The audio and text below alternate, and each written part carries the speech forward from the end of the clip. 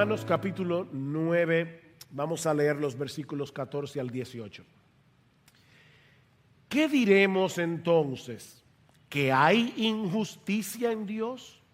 De ningún modo, porque Él dice a Moisés: tendré misericordia del que yo tenga misericordia y tendré compasión del que yo tenga compasión. Así que no depende del que quiere ni del que corre, sino de Dios que tiene misericordia. Porque la Escritura dice a Faraón: para esto mismo te he levantado, para demostrar mi poder en ti y para que mi nombre sea proclamado por toda la tierra. Así que del que quiere tiene misericordia y al que quiere endurece. La semana antes pasada estuvimos considerando los versículos 6 al 13 del capítulo 9 de Romanos, donde Pablo nos demuestra que a pesar de la incredulidad generalizada de los israelitas, aquellos que recibieron las promesas del pacto, la promesa de Abraham, y sin embargo no creyeron en el Mesías, y Pablo dice: a pesar de la incredulidad generalizada de los judíos, la promesa de Dios no ha fallado. No ha fallado. Y el argumento central del apóstol Pablo lo encontramos en el versículo 6. Pero no es que la palabra de Dios haya fallado, porque no todos los descendientes de Israel son Israel. Esa es la tesis que Pablo va a desarrollar a lo largo de todo el capítulo 9, todo el capítulo 10, hasta el versículo 32 del capítulo 11. No todos los descendientes físicos de Israel forman parte del verdadero Israel. Hay un Israel natural y hay un Israel espiritual. Unos tienen el ADN de Abraham, los otros, por decirlo de alguna manera, tienen el ADN de Dios por causa de la elección soberana. Y es a ellos a quienes Dios prometió la salvación por medio del Mesías. Así que la promesa de Dios no ha fallado. Es en ese contexto, que Pablo introduce el tema de la elección incondicional en este pasaje. A través del ejemplo de Isaac y de Jacob, vemos que desde el principio de la historia bíblica, el verdadero Israel ha estado compuesto por todos aquellos que Dios eligió para salvación de pura gracia. Abraham tuvo 2 hijos, dice Pablo: Ismael, el primogénito, e Isaac. Pero Dios escogió a Isaac, no a Ismael.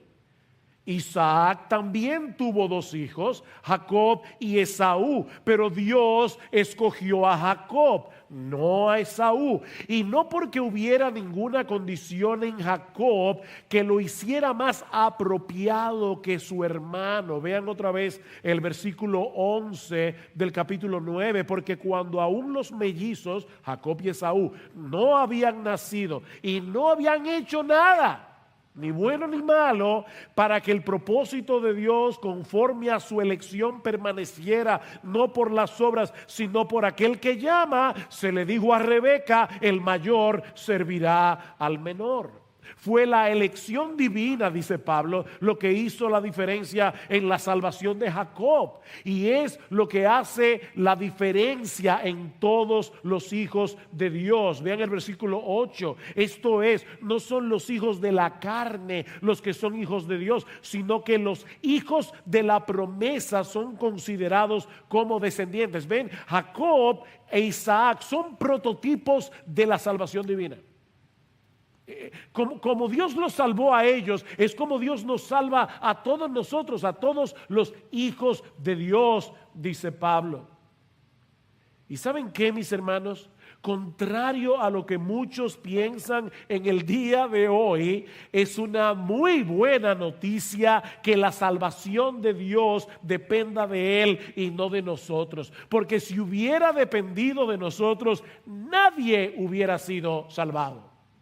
¿Ustedes recuerdan, mis hermanos, la descripción que hace Pablo de la condición humana en Romanos capítulo 3, los versículos 10 al 11? No hay justo ni aún uno, no hay quien entienda, no hay quien busque a Dios. Todos se desviaron, a una se hicieron inútiles. No hay quien haga lo bueno. No hay ni siquiera uno. Uno, no lo hay. Mis hermanos, no hay un solo ser humano en todo el planeta que se incline naturalmente a buscar a Dios. Y no hay uno solo que pueda ser considerado como bueno. Así que es una muy buena noticia que la salvación dependa de Dios y no de nosotros. Porque eso quiere decir que no hay nadie que sea tan malo que no pueda ser salvado. Qué buena noticia. Como depende de Dios y no de nosotros, no hay nadie que sea tan malo, tan indigno, que Dios no lo pueda salvar. Porque eso depende de Él. Sin embargo, y yo diría lamentablemente, siempre que se predica de la elección incondicional, algunos se sienten perturbados y otros reaccionan ofendidos. ¿Cómo es posible que Dios elija a unos y no a otros? ¿Acaso no es eso una injusticia? Bueno, esa es la pregunta que Pablo va a responder en los versículos 14 al 18 de Romanos 9. Y yo quisiera considerar esta porción de la palabra en dos encabezados muy sencillos. En primer lugar, vamos a ver lo que presupone esta objeción. Y en segundo lugar, vamos a ver la respuesta de Pablo a la objeción. Lo que presupone la objeción, la respuesta de Pablo a la objeción. Como es común en la carta a los romanos, Pablo comienza a interactuar aquí con alguien que está objetando lo que él acaba de enseñar en los versículos 6 al 13, sobre todo en el versículo 13, como está escrito: a Jacob amé, pero a Esaú aborrecí. Y seguramente Pablo había tenido que lidiar con este tipo de objeciones a lo largo de su ministerio. Yo no sé cuántas veces cuando estamos predicando la palabra en alguna conferencia y hay un tiempo de preguntas y respuestas, este tema sale a colación. Y hay personas que reaccionan de verdad ofendidas. Yo vi una nota de alguien que envió esta semana, la semana pasada, cuando se predicó el sermón de Romanos 9, 6 al 13, y decía: yo nunca había oído un sermón de esta iglesia, pero no lo vuelvo a escuchar jamás. Es la reacción de mucha gente. De manera que Pablo sabía que muy probablemente algunos de sus lectores, de los lectores de Romanos, iban a levantar esta misma objeción cuando leyeran esta porción de la carta. Ahora, antes de pasar a considerar la respuesta de Pablo, mis hermanos, es importante ver la pregunta. O sea, es importante notar que lo que ofende al oponente de Pablo es la doctrina de la elección incondicional. Lo que a él lo ofende es que Dios no toma en cuenta ninguna condición, ninguna cosa en el individuo que lo haga elegible para la salvación. Miren, si Pablo hubiera enseñado que Dios elige a los que Él sabe de antemano que van a creer en Cristo, que es lo que se enseña hoy en muchas iglesias, de ninguna manera se habría levantado esta objeción en contra de su enseñanza. Y la respuesta de Pablo habría sido otra. Supongamos por un momento que Pablo fuera arminiano, es decir, los arminianos son aquellos, y yo he tratado de no usar etiquetas en este mensaje, no quiero ofender a nadie, pero ciertamente los arminianos creen que Dios elige condicionalmente, es decir, Dios elige a los que Él sabe de antemano que van a creer. Muchos arminianos creen eso. Hay diferencias aquí o allá, pero básicamente muchos creen eso. Vamos a suponer por un momento que Pablo fuera arminiano, que Pablo creyera que la elección de Dios está condicionada a nuestra elección. ¿Cuál habría sido la respuesta de Pablo? ¿Qué diremos? ¿Que hay injusticia en Dios? Por supuesto que no. Pues su elección depende de la nuestra. Como Él sabe de antemano quiénes son los que van a creer en Cristo, son a esos que Dios elige. Así que no se puede acusar a Dios de ser injusto, porque a final de cuentas la salvación no depende de Él, la salvación depende de mí. ¿Ven el punto? ¿Es eso lo que responde Pablo? No, versículo 15. Porque Él dice a Moisés: tendré misericordia del que yo tenga misericordia y tendré compasión del que yo tenga compasión. Así que no depende del que quiere ni del que corre, sino de Dios que tiene misericordia. Versículo 18, así que del que quiere tiene misericordia y al que quiere endurecer, Él endurece. Esa fue la respuesta de Pablo. Pablo está ratificando lo mismo que él había enseñado en los versículos 6 al 13, que Dios es absolutamente soberano en la salvación de los pecadores. La razón por la que este individuo se opone a la enseñanza de Pablo es porque él presupone erróneamente, subrayo, erróneamente, él presupone, lo repito, erróneamente, por si acaso alguien estaba dormido o pensando en el gato, erróneamente, él presupone eso, que esta doctrina pone en juego la justicia de Dios. Esa es su presuposición. De hecho, es lo mismo que pasa con el versículo 19, la otra objeción que vamos a ver el domingo que viene. Versículo 19, me dirás entonces, ¿por qué pues todavía reprocha a Dios? Porque ¿quién resiste su voluntad? Ven, él entendió perfectamente, está reaccionando incorrectamente, pero entendió correctamente lo que Pablo enseñó.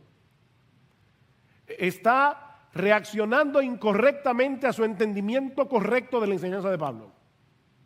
Que Pablo enseñó una elección incondicional. Ahora, antes de seguir adelante, yo quiero hacerte una pregunta. ¿En cuál de los dos lados estás tú en esta controversia? ¿Estás tú del lado de Pablo o estás del lado de su oponente? Mis hermanos, esta pregunta va dirigida a los miembros de Iglesia Bíblica del Señor Jesucristo. A nosotros los pastores que vamos a dar cuenta por vuestras almas, queremos estar seguros de que nuestros queridos hermanos, miembros de esta iglesia, entienden correctamente esta doctrina de las Escrituras. Así que, mi hermano, esta pregunta no es para una persona en Chile, en Perú, en Argentina, que nos está viendo por la internet. Esta pregunta es para ti, miembro de Iglesia Bíblica del Señor Jesucristo. ¿De qué lado estás tú en esta controversia? ¿Estás del lado de Pablo o estás del lado de su oponente?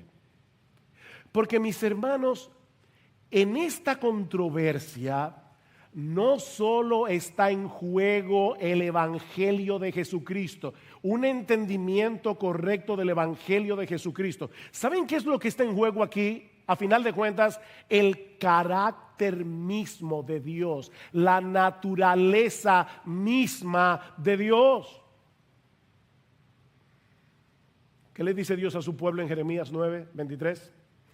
Así dice el Señor: no se gloríe el sabio en su sabiduría, ni se gloríe el poderoso en su poder, ni el rico se gloríe de su riqueza, mas gloríese el que se gloría, gloríese de esto, de que me entiende y me conoce, pues yo soy el Señor, que hago misericordia, derecho y justicia en la tierra, porque es en estas cosas que me complazco, declara el Señor. Mis hermanos, Dios es como Él es. Dios es como Él es. No como nosotros quisiéramos que Él fuera. Y Él se ha revelado a sí mismo en su palabra, como dice Jeremías, para que nosotros lo conozcamos y para que nos gloriemos en Él. Si tenemos una perspectiva distorsionada de quién es Dios, hemos caído en idolatría. Porque nos estamos inventando un Dios diferente al de la Biblia. Mis hermanos, eso es adorar un ídolo y no al verdadero Dios. Aparte de que estamos invirtiendo los roles aquí, porque resulta que ahora somos nosotros los que estamos evaluando si Dios está actuando con justicia o no. O sea, yo estoy viendo la actuación de Dios, lo que Dios hace, y ahora yo siento a Dios en el banquillo de los acusados y me estoy sentando a mí mismo en el asiento del juez para evaluar si Dios está siendo justo o no.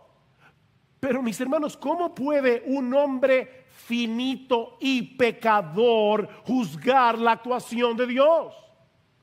De hecho, es lo que Pablo le va a decir a su oponente, y lo veremos el domingo que viene. ¿Quién eres tú, hombre? Hombre, ¿quién eres tú para que alterques con Dios? ¿Quién eres tú? De ahí la reacción de Pablo en el versículo 14. ¿Qué diremos entonces? ¿Que hay injusticia en Dios? De ningún modo. Y esta es una negativa bien fuerte en el original. No, es lo que Pablo está diciendo. 1000 veces no. Jamás permita a Dios que pensemos de Él que está actuando de una forma injusta en la salvación de los pecadores. Y yo espero, mis hermanos, que todos los miembros de Iglesia Bíblica del Señor Jesucristo tengan esa reacción, debemos usar una palabra fina, visceral. Ustedes han visto a esa gente que tienen una reacción y dicen: wow, le salió de las entrañas.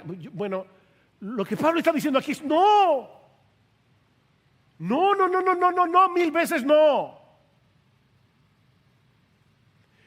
Esta objeción del oponente de Pablo es completamente absurda, como él va a demostrar ahora en los versículos 15 al 18.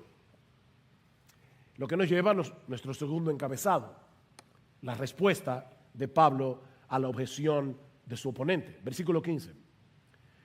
Porque él dice a Moisés, me encanta eso, Pablo no se pone a filosofar aquí. Pablo dice, vamos a la Biblia. Vamos a la Biblia. ¿Qué dice la Escritura? Él dice a Moisés: tendré misericordia del que yo tenga misericordia y tendré compasión del que yo tenga compasión. Pablo está citando aquí un texto que se encuentra en el capítulo 33 del libro de Éxodo. Y ahora voy a decir algo que yo espero que ustedes estén despiertos, pero el capítulo, porque es profundo, el capítulo 33 está después del 32. ¿Ok? ¿Qué pasó en el capítulo 32? En el capítulo 32 a Aarón se le ocurrió la brillante idea, presionado por el pueblo, de hacer un becerro de oro para adorarlo. El pueblo había pecado gravemente contra Dios por su idolatría, pero Moisés intercede ante Dios. Y no solo le pide a Dios que perdone el pecado del pueblo, que no destruya al pueblo, sino que en Éxodo 33, 18, Moisés le pide a Dios que le muestre su gloria. Ese es el texto que está inmediatamente antes del pasaje que Pablo está citando en Romanos 9. Señor, muéstrame tu gloria. Ahora recuerden que Dios había manifestado su gloria a la nación de Israel a través del Éxodo mediante una luz brillante que emanaba de su presencia. Pero ahora Dios va a mostrarle su gloria a Moisés de otra forma. No a través de una luz brillante, sino a través de una revelación de su naturaleza. Señor, yo quiero ver tu gloria. Pero yo te voy a revelar uno de los aspectos que hace que yo sea Dios. Esa es mi gloria, mi nombre, como va a decir en el capítulo 34. Déjame revelarte algo acerca de mí. Yo haré pasar toda mi bondad delante de ti y proclamaré el nombre del Señor delante de ti. Su nombre es quien Él es. Y tendré misericordia del que tendré misericordia y tendré compasión de quien tendré compasión. Moisés, he ahí mi gloria. Ese es uno de los aspectos que hace que yo sea Dios. ¿Sabes cuál? Que yo le otorgo mi misericordia y mi compasión al que yo quiera otorgarle misericordia y compasión. Esa es mi gloria. Dios no le dijo a Moisés: tendré misericordia de aquel que tenga un corazón receptivo a mi palabra. No. Tendré misericordia de aquellos en quienes yo vea una disposición a arrepentirse y creer en el Evangelio. No. Ven el texto otra vez, en Romanos 9. Aquí hay 4 yo, 2 implícitos y 2 explícitos. Tendré misericordia. ¿Cuál es el verbo, el sujeto, implícito? Yo. Yo tendré misericordia del que yo tenga misericordia y yo tendré compasión del que yo tenga compasión. En un versículo hay 4 yo. En otras palabras, eso no depende del libre albedrío. No depende del libre albedrío. Eso depende de la soberanísima, absoluta voluntad de Dios. Pero eso no es justo. De verdad. Piénsalo bien. ¿De verdad tú quisieras que Dios te tratara con justicia? Yo no. Pablo va a mostrarle a esta persona que lo que está objetando es una cosa completamente absurda. ¿De verdad tú quieres que Dios sea justo contigo? Justicia. Tú quieres justicia. Lo que tú y yo necesitamos es misericordia, no justicia. Si Dios hubiera decidido ser justo con todos, nos enviaría a todos al infierno. Eso es justicia, porque todos hemos pecado.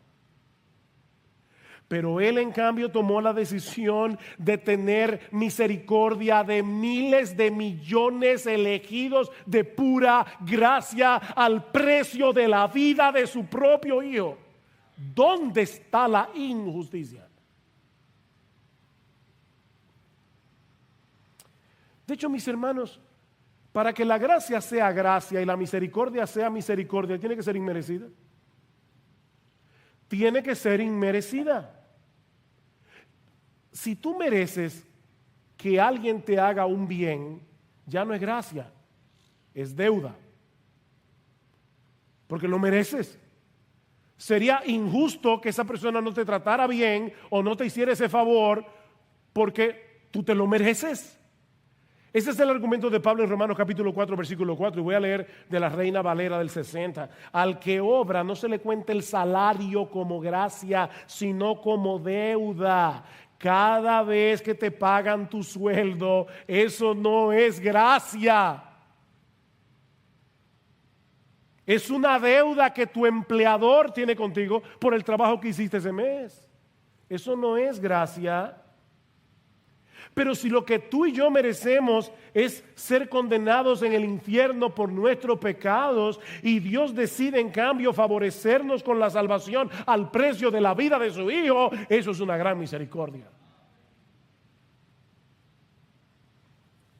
De manera que decir que Dios es injusto porque no le muestre esa misericordia a todos es una contradicción de términos, porque la misericordia por su propia naturaleza nadie la puede demandar. Es misericordia. El problema es que muchas personas confunden la justicia con la igualdad. Ahí está el problema. Si Él salva a uno, debe salvarlos a todos. Eso es lo justo, igualdad. Escuché recientemente la historia, esta es una historia de la vida real. Esto es real, hermano. De hecho, yo conozco a la persona que conoce a este hombre del que voy a hablar ahora. Un maestro está tratando de enseñar a un grupo de 7 niños en una clase de escuela dominical la doctrina de la elección incondicional. Así que él tomó un sobre y le dijo a los niños: tengo un billete de $1 en este sobre y he decidido dárselo a uno de ustedes. ¿Tengo derecho a dárselo al que yo quiera? ¿Al que yo elija? Por supuesto que sí, dijeron los niños, es tu dinero. Buena respuesta.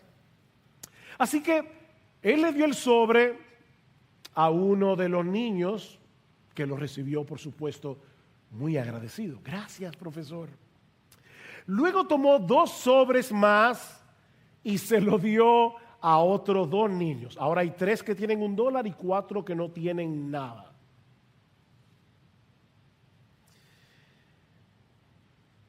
Y él le pregunta a los 4 que no tienen: ¿cómo se sienten ustedes ahora? Uno de ellos respondió: no sé, me parece sospechoso. Y obviamente los otros 3 comenzaron a decirle: ¿pero de qué estás hablando? Hace unos minutos tú mismo dijiste que él podía darle su dinero a quien él quisiera porque él no te debe nada y ahora te parece sospechoso. Pero el maestro no lo dejó ahí. Él tomó 3 sobres más y se lo dio a 3 de los 4 que no tenían nada.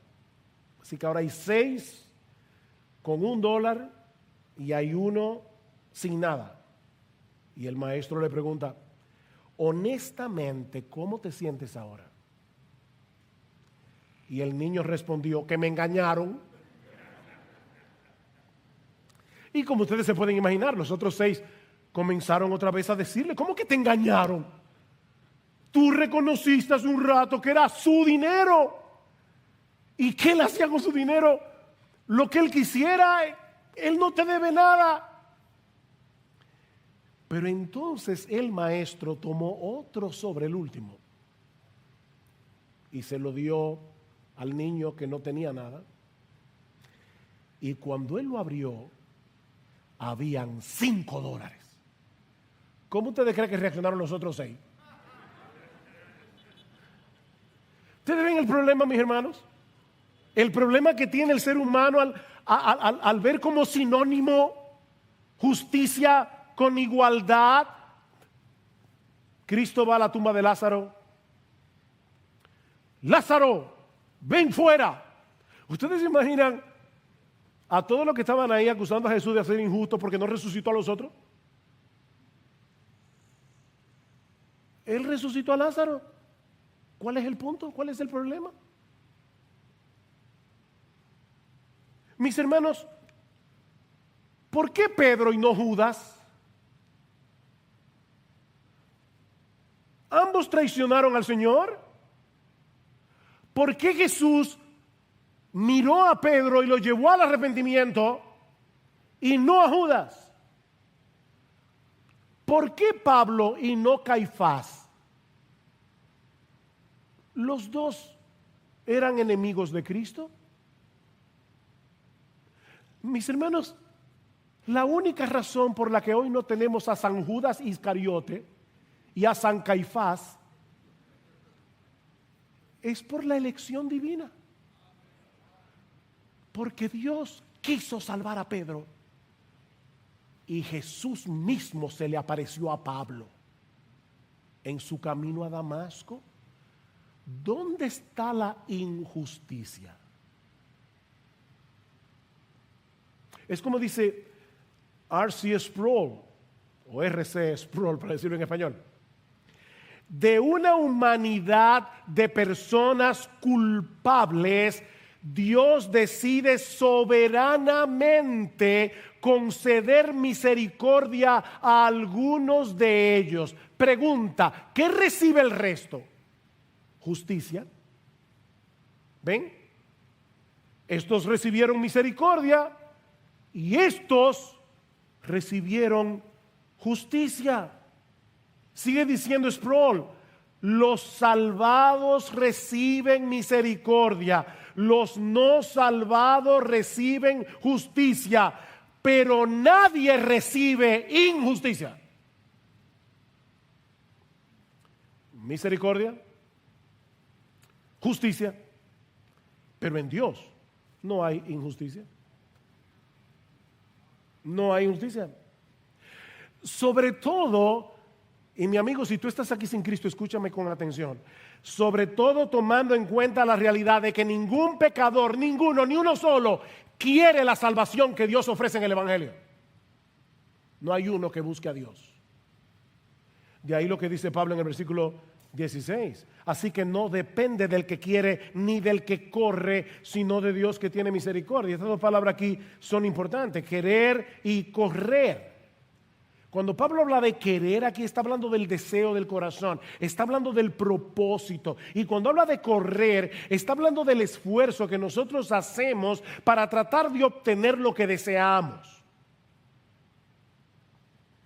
Así que lo que Pablo está diciendo es que la salvación no depende ni de nuestros deseos o propósitos, ni de nuestro esfuerzo para acercarnos a Dios. No depende ni del que quiere, ni del que corre. Porque recuerden Romanos 3, no hay quien busque a Dios, ni siquiera uno. La salvación no puede depender del hombre porque nadie quiere ni corre. Nadie quiere ni corre hacia Dios. Mis hermanos y amigos que están aquí, por favor, te lo suplico, que nadie se imagine aquí a un montón de personas diciéndole a Dios, por favor, déjame entrar en tu reino, y a Dios en la puerta diciéndole, no, tú no fuiste elegido.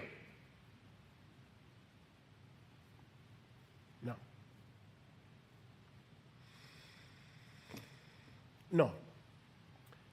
Óyeme bien, las puertas de la salvación están abiertas de par en par. Y nadie que venga será rechazado porque Jesús lo prometió en Juan capítulo 6.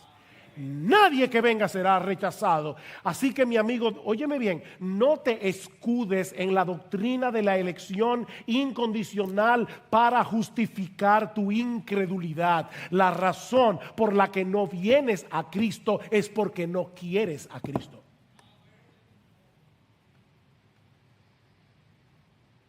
Porque cualquiera puede venir.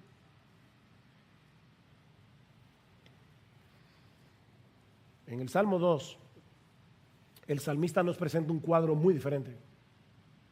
A toda una humanidad con el puño alzado contra el cielo y diciéndole a Dios: no queremos que reines sobre nosotros. Mira, si pudiéramos, te sacaríamos a patadas de tu trono para sentarnos nosotros ahí. Por supuesto, es muy difícil que alguien diga eso con su boca, pero esa es la actitud del corazón que está detrás de todo rechazo al Evangelio. ¿Recuerdan la parábola de Jesús en Lucas capítulo 19? Dice en el versículo 12 que un rey se fue lejos y le dejó su reino a un grupo de personas, pero ellos le enviaron una embajada. Oigan eso. Versículo 14 de Lucas 19. Sus ciudadanos lo odiaban y le enviaron una delegación tras él diciendo: no queremos que este reine sobre nosotros.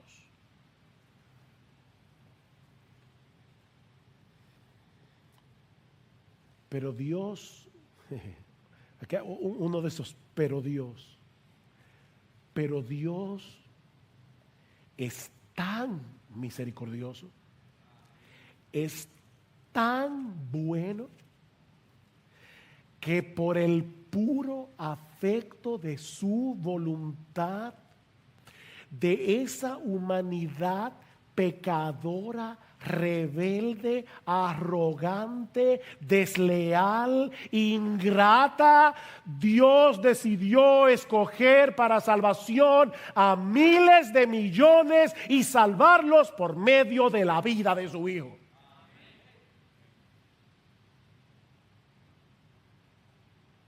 Ahí estábamos tú y yo.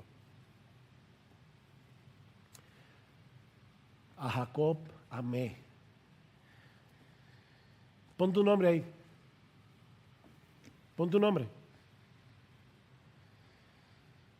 A Laura, a José, a Martín, a Rafael. Amé.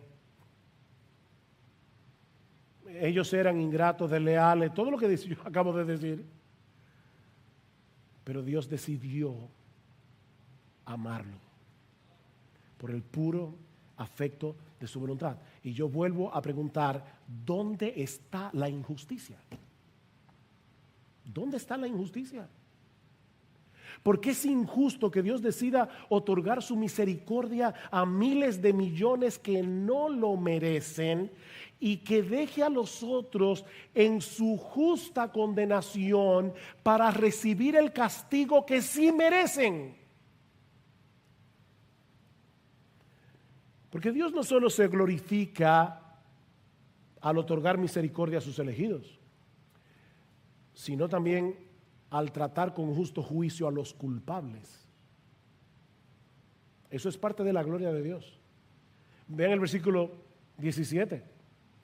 Porque la Escritura, me encanta eso, la Escritura, el que dijo eso fue Dios, pero Pablo dice la Escritura, porque la palabra de la Escritura es la palabra de Dios. Cuando tú lees este libro, estás leyendo a Dios, estás oyendo, como dice Piper, ¿tú quieres oír audiblemente la voz de Dios? Lee la Biblia en voz alta.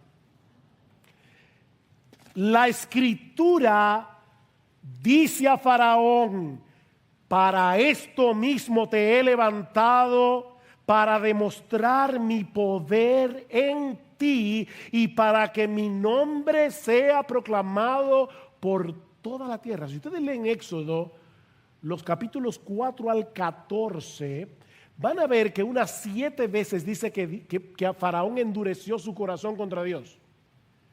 Y como 14 veces dice que Dios endureció el corazón de Faraón. Sin embargo, es interesante que Pablo no cita ninguno de esos versículos. Pablo está citando aquí Éxodo 9:16, donde no se dice nada acerca del endurecimiento de Faraón, pero sí del propósito de Dios en lo que él hace. Y por eso Pablo escogió ese texto. Y lo que Dios le dice a Faraón básicamente es esto: ¿sabes qué, Faraón? Yo te di la vida y yo te puse en ese trono. Yo te he levantado. Faraón se creía Dios en la tierra. De hecho, en Egipto se creía que el faraón y su hijo eran dioses. Y dice, ¿qué Dios te crees tú que eres? Fui yo que te di la vida. Fui yo que te coloqué en el trono de Egipto. ¿Y sabes para qué lo hice? Para glorificar mi nombre más ampliamente a través de la dureza de tu corazón. ¡Wow! Ahí es donde nosotros comenzamos a patinar. Pero, mis hermanos, Dios no pide excusas. Dios está diciendo, gloriate en esto, en conocerme y entenderme. Y ese soy yo. No fabriques un Dios diferente a mí. Ese soy yo. Ese soy yo. El Dios que levantó a Faraón. Miren, mis hermanos, Dios pudo haber fulminado a Faraón desde la primera plaga. Desde la primera vez que Faraón se negó a dejar libre al pueblo de Israel, Dios pudo haberlo fulminado. ¿Saben lo que va a decir Pablo en el versículo 22? Que Dios lo soportó con paciencia. Dios decidió soportarlo con paciencia para que fueran 10 plagas en vez de una. ¿Saben para qué? Para manifestar la gloria de su poder en una forma más evidente. Mis hermanos, yo no puedo torcer las escrituras. Eso es lo que Pablo está diciendo aquí, citando a Dios mismo en Éxodo 9. Pregunta: ¿es injusto Dios porque trató con Faraón como él se merecía?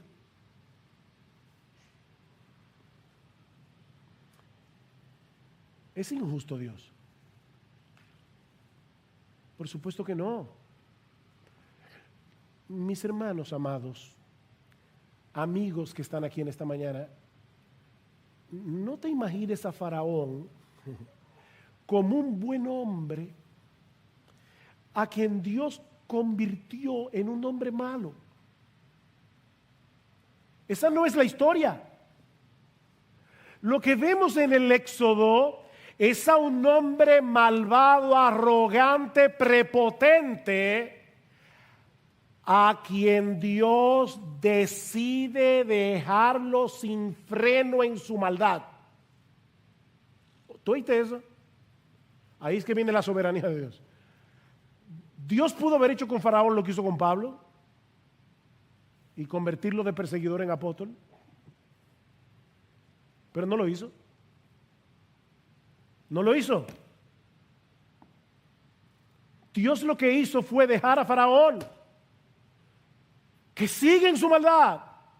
Mis hermanos, Dios es soberano tanto cuando otorga misericordia como cuando trata al hombre con justicia. Versículo 18. Así que del que quiere tiene misericordia y al que quiere endurece. Uy. Mi hermano, déjame hacerte una pregunta. ¿Ese es tu Dios? Porque ese es el de la Biblia. Ahora, déjeme decirle algo. La forma como Dios actúa en los que se pierden no es exactamente igual de la manera como Él actúa en los que se salvan. Él es soberano en ambos casos, pero la actuación es diferente. Dios opera directamente en el corazón de los elegidos, quitando el corazón de piedra, dándoles un corazón de carne, trayéndolos de la vida a la muerte por medio de la obra de su Espíritu para que crean y se arrepientan. Dios hace su operación de corazón abierto. Efesios 2:1. Y Él os dio vida a vosotros cuando estabais muertos en vuestros delitos y pecados. Pero no es Dios el que produce maldad en el corazón de los que se pierden. ¿Ven la diferencia? Es Dios el que cambia el corazón de los que se salvan, pero no es Dios el que produce maldad en el corazón de los que se pierden. Dice en Santiago capítulo 1, versículo 13, Dios no puede ser tentado por el mal, ni Él mismo tienta a nadie. Esa maldad estaba ahí. Pero ¿saben una cosa? Dios en su gracia común muchas veces usa su mano para restringir la maldad, para frenar la maldad. De lo contrario, este mundo sería un infierno.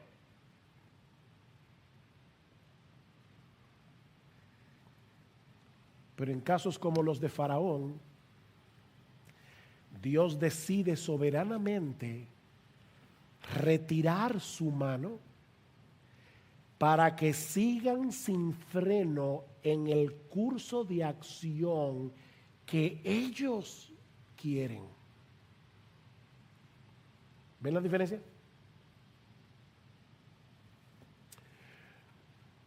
Alguien lo ilustra de esta manera. Imagínate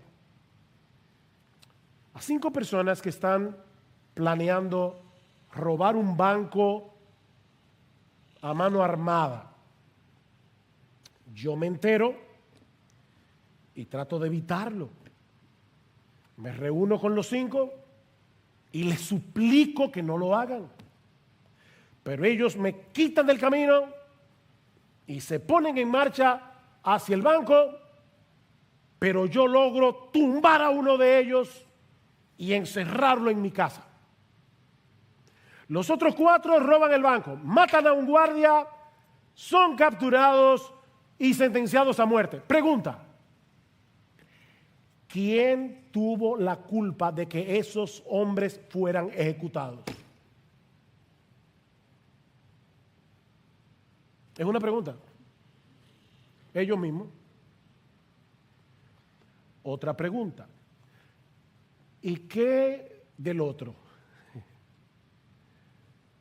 ¿Acaso sigue libre porque él era mejor que los otros 4? No. La única razón por la que ese hombre sigue en libertad es porque yo lo detuve. Es la única razón. Lo que estamos diciendo, mis hermanos, es que Dios decidió soberanamente no detener a Faraón.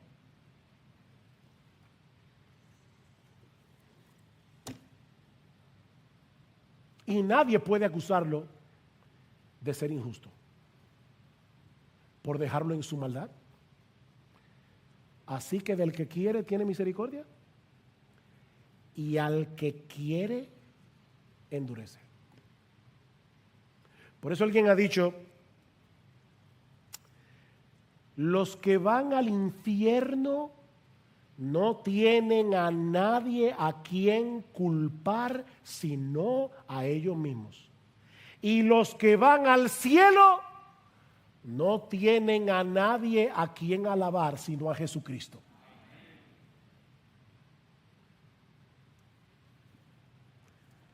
Oh, qué gran Salvador. ¿No cantamos eso hace un momento? Dueño de la vida. Él es poderoso.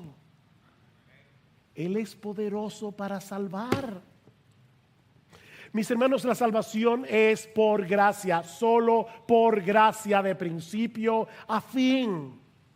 Mis amados hermanos, si algo aprendemos de este pasaje, es que debemos acercarnos a Dios como simples criaturas, postrados por quien Él es, en vez de querer conformarlo a nuestras expectativas. Él es un Dios 3 veces santo, nosotros somos pecadores. Él es un Dios de sabiduría infinita, nosotros tenemos una mente muy estrecha. Él no nos debe nada, nosotros se lo debemos todo.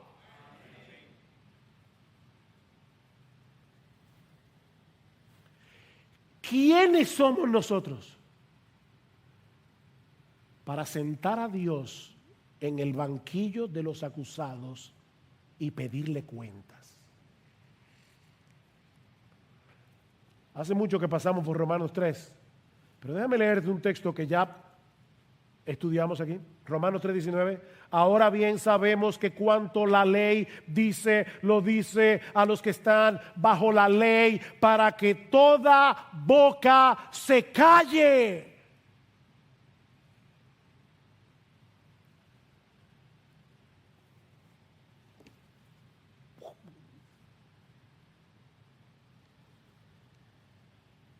¿Quién eres tú para que alterques con Dios? Oh hombre, somos, la palabra en español sería opinadores, pero esa palabra suena linda. En inglés, opinionated es otra cosa.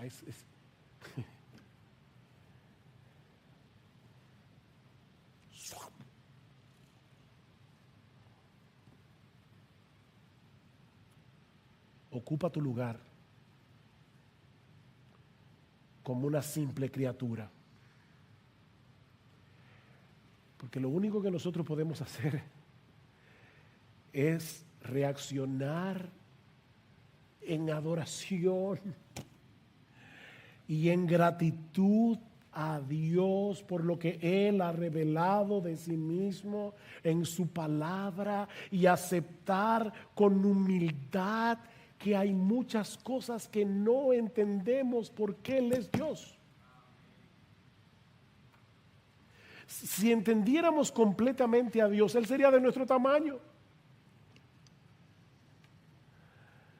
Miren cómo Pablo reacciona al final del capítulo 11. Luego de estar disertando acerca de la soberanía de Dios, ¿qué dice Pablo? Oh, profundidad de las riquezas y de la sabiduría y del conocimiento de Dios, cuán insondables son sus juicios e inescrutables sus caminos, porque ¿quién ha conocido la mente del Señor? ¿O quién llegó a ser su consejero? ¿O quién le ha dado a Él primero para que se le tenga que recompensar? Porque de Él y por Él y para Él son todas las cosas. Conclusión: a Él sea la gloria. A Él sea la gloria. Mi amado hermano, no trates de domesticar a Dios.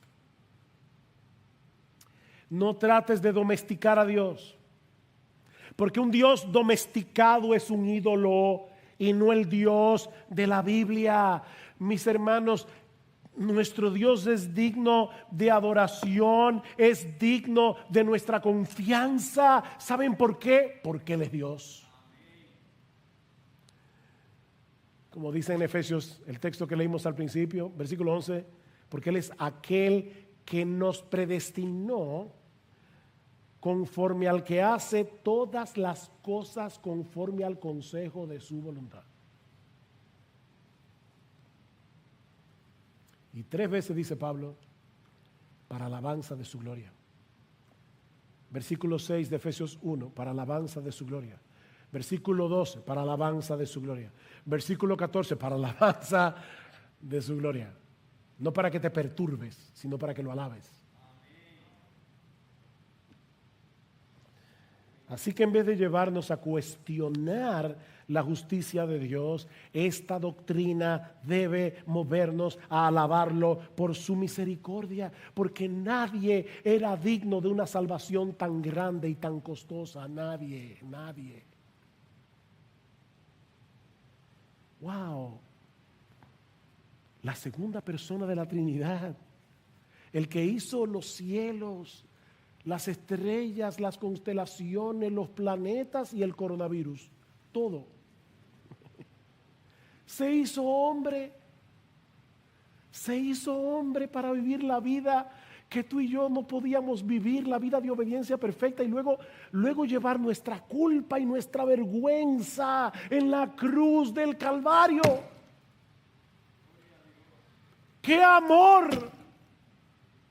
Mis hermanos, ¿qué otra cosa podemos hacer los creyentes que caer postrados en adoración ante la sorprendente misericordia de Dios? Si hoy estamos en Cristo, es por el hecho de que la elección es incondicional, porque de haberse requerido alguna condición, aún estaríamos muertos en nuestros delitos y pecados.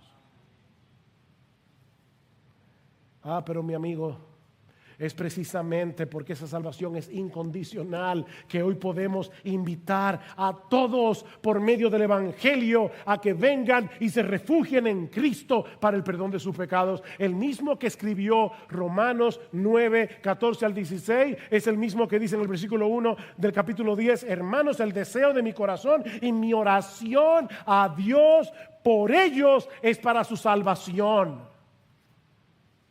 Me dio mucha pena. De verdad, esta señora que envió esa nota, no sé quién es, pero ella decía: yo he estado orando por mi hijo, por su salvación, y ahora estas personas me están diciendo que la salvación depende de Dios, como si fuera un problema. Y de verdad me dio pena, porque si yo pudiera hablar con esta hermana, le diría: mi hermana, precisamente por eso tú puedes orarle a Dios, porque si la salvación dependiera de tu hijo, ¿para qué le estás pidiendo a Dios que lo salve? Es por eso que Spurgeon decía que a final de cuentas todos los cristianos creemos lo mismo cuando estamos de rodillas, que Dios es soberano. Porque yo le pido a Dios: Señor, sálvalo, sálvalo, porque yo creo que Dios salva. Porque yo creo que la salvación está en sus manos. Si creyera que la salvación está en las manos del pecador, yo no oraría. Hoy, ¿para qué predicar el Evangelio? El mismo que escribió Romanos 9, 14 al 16 es el mismo que dice: esta es la palabra de fe que predicamos, que si confesares con tu boca que Jesús es el Señor y crees en tu corazón que Dios le resucitó de entre los muertos, serás salvo, porque con el corazón se cree para justicia y con la boca se confiesa para salvación. Pues la Escritura dice: todo el que cree en Él no será avergonzado. Todo aquel que invoque el nombre del Señor será salvo.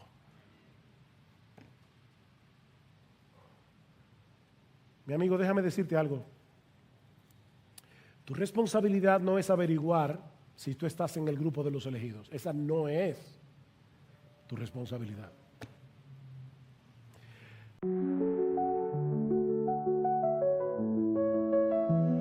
City lights a million miles away. Can't feel the ground beneath my feet today.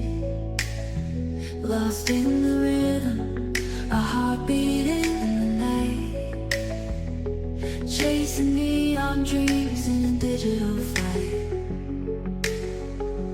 Every beat a whisper, every drop a sigh. This feeling's electric, reaching for the sky. Weightless, breathless, a world I can't explain.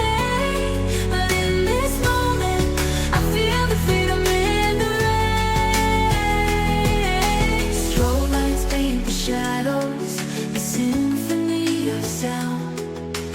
Every heart's a dancer, lost and yet we're found. And in this Tu responsabilidad es acogerte a la misericordia de Dios en Cristo por medio de la fe. Vuelvo y te repito lo que te dije hace un momento: no te escondas detrás de la doctrina de la elección para justificar tu rechazo al Evangelio. La razón por la que no vienes a Cristo es porque no quieres someterte a Él. Dios no te está impidiendo que vengas. Óyeme, Dios no te está impidiendo que vengas. De hecho, Él te está llamando a que vengas por medio del Evangelio. Venid a mí. Wow, qué precioso. Todos los que estáis cansados y cargados, venid y yo os haré descansar. Vengan. Si alguno tiene sed, venga a mí, beba. Pastor, pero yo no entiendo ese tema de la soberanía, la responsabilidad. Óyeme, que Dios es Dios. Hay muchas cosas que yo tampoco entiendo. Pero obedece obedece. Dios manda a todos los hombres en todo lugar que se arrepientan. Venid a mí. El que cree en mí, como ha dicho la Escritura, de lo más profundo de su ser brotarán ríos de agua viva. Mi amigo, levanta tu bandera de rendición ante el Dios soberano y ven a Cristo en arrepentimiento y fe, descansando únicamente en ese inocente que murió por los culpables. Y Dios te concederá su misericordia ahora mismo, perdonando todos tus pecados, todos tus pecados, y concediéndote de pura gracia el don de la vida eterna en Cristo. Oh, mi amigo, precisamente porque esta salvación es incondicional, ningún pecado es demasiado grande como para ser perdonado, y nadie es tan indigno que no pueda ser recibido, siempre que venga a través de Cristo, el justo que murió por los injustos para llevarnos a Dios.